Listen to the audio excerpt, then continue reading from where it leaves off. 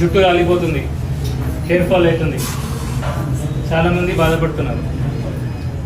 ఇక్కడ ఎంతమంది బాధపడుతున్నారు? జుట్టు రాలిపోవడం, హెయిర్ ఫాల్ ఉన్నారా?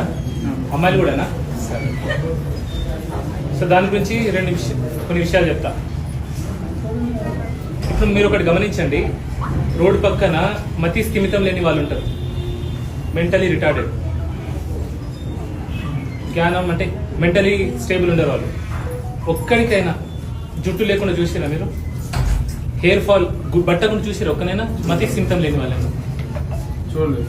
వాళ్ళు స్నానం చేయరు, అసలు ఏం తింటారో ఏం తినారో అది కూడా తెలియదు, చేయరు. ఒకరికి కూడా బట్టకుండా ఉండరు. సో వాళ్ళకి మనకేం తేడా? 3. ఓకే, న్యూట్రిషన్ ఫుడ్ పరంగా కాదు. ఒకటి, వాళ్ళు ఎటువంటి సబ్బు ఎటువంటి షాంపూ వాడరు, అవునా? ఎప్పుడో ఒకసారి స్నానం చేస్తారు, అసలు సబ్బు షాంపూ వాడరు.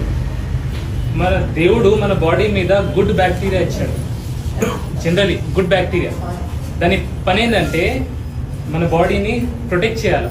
ఈ షాంపూలు సబ్బులు ఇవన్నీ ఇప్పుడు వచ్చినాయి, మన బాడీని వేరే ప్యాథోజన్ వేరే బ్యాడ్ బ్యాక్టీరియా నుంచి ప్రొటెక్ట్ చేస్తాయి గుడ్ బ్యాక్టీరియా. ఓకే, ఈవెన్ హెయిర్లో కూడా, హెయిర్లో డిఫరెంట్ ఫేజెస్ ఉంటాయి, ఫేస్ అట్లా. సో హెయిర్ గ్రోత్కి కూడా ఈ బ్యాక్టీరియా పనిచేస్తుంది.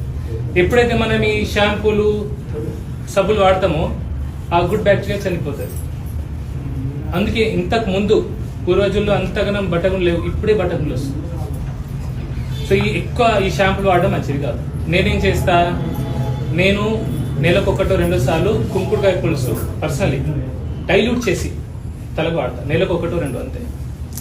నేను బాడీకి, ఇంకా బాడీ కూడా సబ్బులు ఫేస్ వాష్ ఏం వాడా, నేను పర్సనలీ వాడా.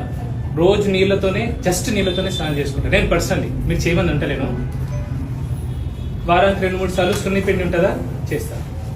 ఇన్ఫాక్ట్ మీరు సున్నిపిండి మీరు వాడితే, మీరు పర్సనల్గా ట్రై చేయండి, మీకు పర్ఫ్యూమ్ అవసరం పడదు, వాసన రాదు. ఈవెన్ ఆర్మ్పిట్స్ నుంచి, సంకల్ నుంచి కూడా వాసన రాదు. ఒక వారం ట్రై చేసి చూడొచ్చు. ఓకే, ఒకటి. రెండోది, వీళ్ళు ఎండకి ఎక్స్పోజ్ అవుతారు. మనం ఎవరు ఎండకి ఎక్స్పోజ్ కాము, సన్లైట్ తగులుతలేదు. ఎక్కడుంది జుట్టు? ఎక్కడుంది? ఇక్కడ ఉంది. ఎక్కడైతే తల నుంచి సన్కి డైరెక్ట్ ఎక్స్పోజ్ ఉంటుందో అక్కడే జుట్టు ఉంది మనిషికి, లోపల లేదు. ఎందుకు? సన్ ఎక్స్పోజ్ అవుతుంది. మనం సన్ ఎక్స్పోజ్ కాకపోతే ఈ హెయిర్ అనేది కాదు. సో సన్ ఎక్స్పోజర్ చాలా అవసరం. 2. మూడోది, మతి స్థిమితం ఎవరికి లేదు? వాళ్ళక మనక. మనమేమో స్వార్థంగా మన కోసం, నా పిల్లం, నా బిడ్డలు, నా ఆస్తి ఇదంతా వదిలిపోయేది తెలుసు మనం. అయినా టెన్షన్లు పెట్టుకుని స్ట్రెస్ పడి ఏదో సాధిస్తాం అనుకుంటాం. సీఎంలు, పిఎంలు, రాజులు అందరు పోయినారు. ఏదో చేసేస్తామనే భ్రమలో ఉండి మనం